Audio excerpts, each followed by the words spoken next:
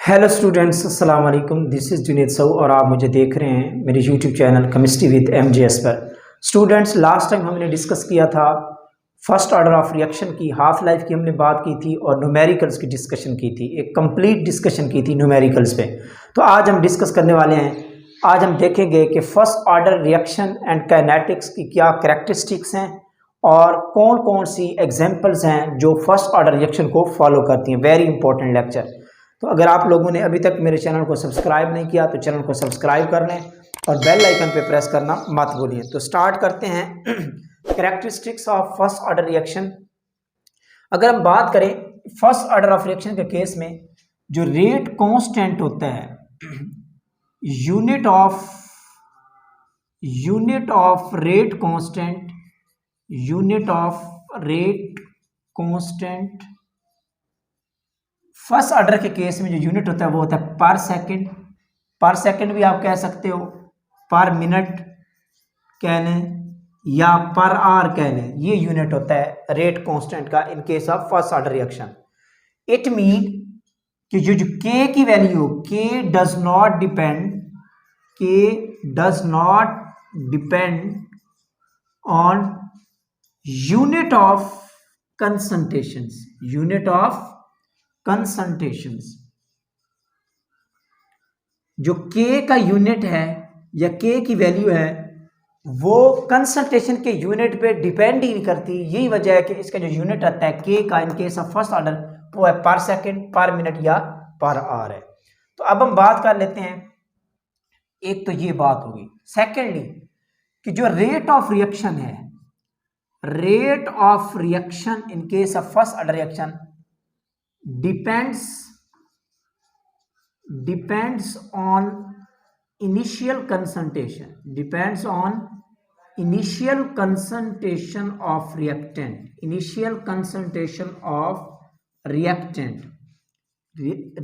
Initial concentration पे ये depend करता है और इसका रेट कंसंट्रेशन के क्या होता है, इनिशियल कंसंट्रेशन के डायरेक्टली प्रोपोर्शनल होता है, जो कि हमने इक्वेशन में लिखी थी। Rate of reaction that is equal to K, this is the reactant और इसकी पावर 1। तो इनिशियल कंसंट्रेशन के डायरेक्टली प्रोपोर्शनल होता है रेट ऑफ रिएक्शन। और ये हमने ये भी बात की थी कि रेट ऑफ रिएक्शन की अगर हम बात करें इन केस ऑफ कंसंट्रेशन, तो इसका ग्राफ कुछ यूं आता था, rate of reaction in case of concentration A की पावर 1, और इसका ग्राफ कुछ इस तरह आता था। इस तरह अगर हम बात कर लेते हैं कि जो हाफ लाइफ है इन case of first order reaction, half life T1/2 is independent of initial concentration. Half life initial concentration पे डिपेंड ही नहीं करती। क्या नहीं करती? डिपेंड ही नहीं करती। चाहे जितनी मर्जी इनिशियल कंसंट्रेशन हो, हाफ लाइफ डिपेंड नहीं करते। तो अगर हम बात करें कि जो हाफ लाइफ का फार्मूला है वो है T1/2 that is equal to 0.693 divided by K. Half life आप फार्मूला से भी देख सकते हैं कि कंसंट्रेशन पे डिपेंड ही नहीं कर रही। अगर हाफ लाइफ डिपेंड कर रही है तो वो किस पे कर रही है? रेट कांस्टेंट पे कर रही है। Half life of first order reaction depends on rate constant. तो ये रेट कांस्टेंट से क्या करती है? डिपेंड करती है। किसके? रेट कांस्टेंट पे डिपेंड करती है। अगर हम इसका ग्राफ बनाएं हाफ लाइफ का T1/2 इनिशियल कंसंट्रेशन के अकॉर्डिंग, तो ये क्योंकि इनिशियल कंसंट्रेशन डिपेंड ही नहीं करती हाफ लाइफ, तो रिमेन्स कांस्टेंट। तो इस तरह का ग्राफ आता है, ये भी हमने डिस्कस किया था। इसके अलावा हमने ये भी कहा था कि जी रेट ऑफ, क्या कहा था? जो with respect to time, with the time concentration A decreases concentration A decreases, और ये ग्राफ बनाता है स्ट्रेट लाइन ग्राफ। क्या बनाता है? Straight line graph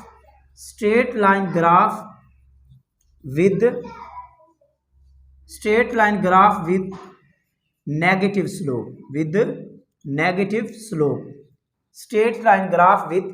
slope. और इसकी भी हमने बात की थी कि अगर इसका ग्राफ बना लिया जाए तो कुछ इस तरह होता था कि log ऑफ ए, अगर हम log की फॉर्म में बात करें, log ऑफ ए टाइम के अकॉर्डिंग इस तरह का ग्राफ आता था। क्या आता था? इस तरह का ग्राफ आता था। और ए की कंसंट्रेशन क्या हो रही थी? डिक्रीज हो रही थी विद रिस्पेक्ट टू टाइम। तो अगर हम स्लोप की बात करें, स्लोप क्या आ गया? नेगेटिव। और इस स्लोप की जो वैल्यू होती है वो होती है slope that is equal to minus K over 2.303, minus K over 2.303। तो ये है जी स्लोप की वैल्यू। इस तरह के जो फर्स्ट ऑर्डर रिएक्शन है, इट इज द डिके। ये कौन सा रिएक्शन है? डिके है। First order reaction is the decay of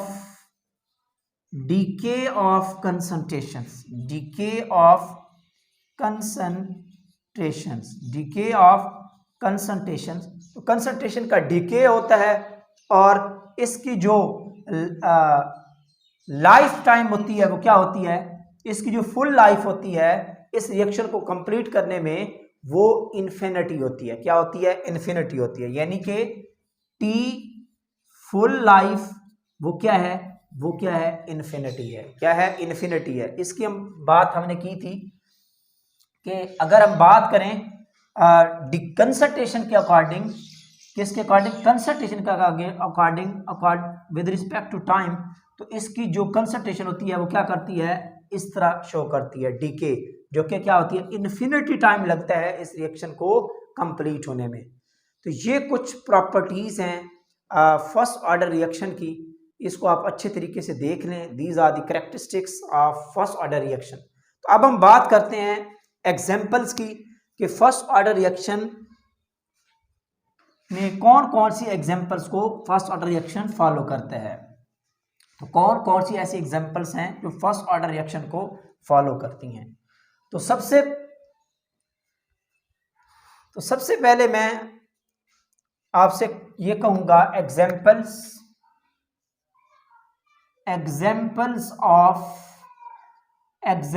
of first order reaction.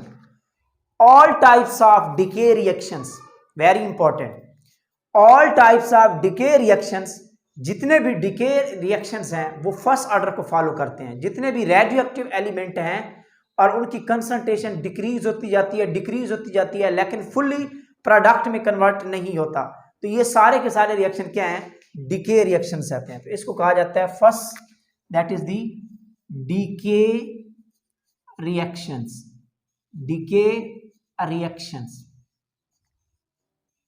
जितने भी हैं, आपने न्यूक्लियर केमिस्ट्री पढ़ी होगी, न्यूक्लियर फिजिक्स पढ़ी होगी, उस न्यूक्लियर केमिस्ट्री और न्यूक्लियर फिजिक्स में रेडियो एक्टिव एलिमेंट के बारे में डिस्कस किया जाता है। और वहां जितनी इक्वेशंस हैं, जितने रिएक्शंस हैं, अगर आपसे कोई पूछ ले उनमें से कोई इक्वेशन दे दे तो आप बगैर किसी टेंशन के आप बता सकते हैं कि that reaction will follow the first order reaction, decay reactions. तो इस तरह हम बात कर लेते हैं इन केस ऑफ रेडियम। अगर एग्जाम्पल ले लेते हैं, जिस तरह रेडियम है, रेडियम का जो एटॉमिक मास होता है वो होता है 226 और इसका एटॉमिक नंबर होता है 88। और जब ये इसका रेडियो एक्टिव एलिमेंट है रेडियम, जब इसका रेडियो एक्टिव डिके होता है तो ये कन्वर्ट हो जाता है रेडॉन में। किसमें? रेडॉन में। और साथ हीलियम पार्टिकल इमिट करता है 4 2, और जब ये 4 एटॉमिक मास यहाँ से निकलता है तो ये बन जाता है 2 और ये बन जाता है 86। तो ये जो रिएक्शन है, this is the radio active decay reaction. और ये किस ऑर्डर को फॉलो करता है? This follow the first order of reaction. ये कौन सा रिएक्शन है? फर्स्ट ऑर्डर को फॉलो करता है। इसी तरह नंबर 2 पे अगर हम बात करें कि जितने भी inversion of sugar, inversion of sugar, inversion of sugar भी कौन सा रिएक्शन है? फर्स्ट ऑर्डर ऑफ रिएक्शन को फॉलो करता है, या इसको आप कह सकते हैं formation of inverted sugar, formation of inverted sugar. Inverted sugar की फॉर्मेशन भी कौन सा रिएक्शन है? वो भी फर्स्ट ऑर्डर रिएक्शन है। तो C12H22O11 जब इसकी एसिडिक हाइड्रोलिसिस की जाती है, क्या ये भी नोट कर लें, एसिडिक हाइड्रोलिसिस होती है एक्चुअल में, यहाँ acidic hydrolysis of sugar C12H22O11 plus H2O, और ये कन्वर्ट हो जाता है ग्लूकोज एंड फ्रक्टोज में C6H12O6 plus C6H12O6, glucose plus fructose. ये इन्वर्टेड शुगर की फॉर्म में होती हैं, ग्लूकोज प्लस फ्रक्टोज। तो ये भी फर्स्ट ऑर्डर को रिएक्शन फॉलो करता है। इस तरह थर्ड पे हम देख लेते हैं कि inversion hydrolysis of ester, hydrolysis of ester, ये रिएक्शन भी फर्स्ट ऑर्डर को फॉलो करता है। कैसे? CH3COO C2H5 जब इसकी हाइड्रोलिसिस करवाई जाती है, एसिडिक हाइड्रोलिसिस याद रखिएगा, तो ये बनता है एसिटिक एसिड CH3COOH प्लस साथ मिलती है अल्कोहल C2H5OH। ये वाला रिएक्शन भी किसको फॉलो करता है? ये रिएक्शन भी फर्स्ट ऑर्डर को फॉलो करता है। तो अब हम नेक्स्ट एग्जांपल्स देख लेते हैं। Growth and decay of bacteria. Bacteria की जब ग्रोथ हो रही होती है और जब बैक्टीरिया की डिके हो रहा होता है, तो वो जो रिएक्शन फॉलो करते हैं वो भी फर्स्ट ऑर्डर को फॉलो करते हैं। नोट कर लें, ग्रोथ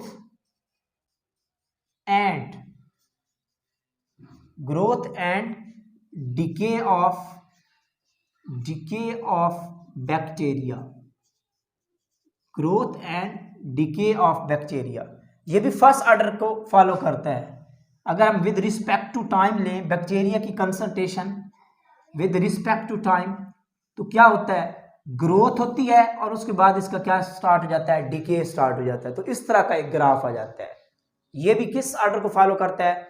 फर्स्ट ऑर्डर को फॉलो करता है। इस तरह 5 पे हम देख लेते हैं कि जो डीकम्पोजिशन है, डीकम्पोजिशन ऑफ N2O5, ये भी किस रिएक्शन को फॉलो करता है? ये भी फर्स्ट ऑर्डर को फॉलो करता है। N2O5 जब इसकी डीकम्पोजिशन होती है तो ये बन जाता है N2O4 प्लस O2। क्या बन जाता है? O2। तो ये किस ऑर्डर को फॉलो करता है? अगर हम इसका रेट लिखें तो रेट इसका आता है R is equal to K। ये सिर्फ ओनली N2O5 की पावर 1, ये इसका रेट इक्वेशन आती है। तो ये फर्स्ट ऑर्डर को फॉलो करता है। इस तरह 6 एग्जांपल ले लेते हैं। डीकम्पोजिशन ऑफ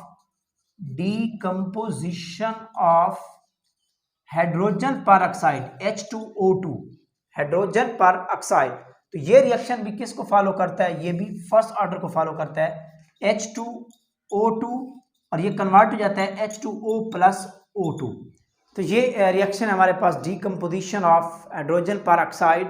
इसके अलावा अगर हम बात करें SO2Cl2, जब इसकी डीकम्पोजिशन होती है तो बनाता है SO2 plus HCl, SO2 plus HCl। ये भी किसको फॉलो करता है? ये भी फर्स्ट ऑर्डर रिएक्शन को फॉलो करता है। इस तरह नेक्स्ट एग्जांपल अगर हम ले लेते हैं ओजोन की डीकम्पोजिशन, O3 जब कन्वर्ट होती है O2 में, O3 जब कन्वर्ट होती है O3 में, तो उस वक्त भी ये जो रिएक्शन है ओजोन की डीकम्पोजिशन का composition of decomposition of ozone, ये भी फर्स्ट ऑर्डर को फॉलो करता है।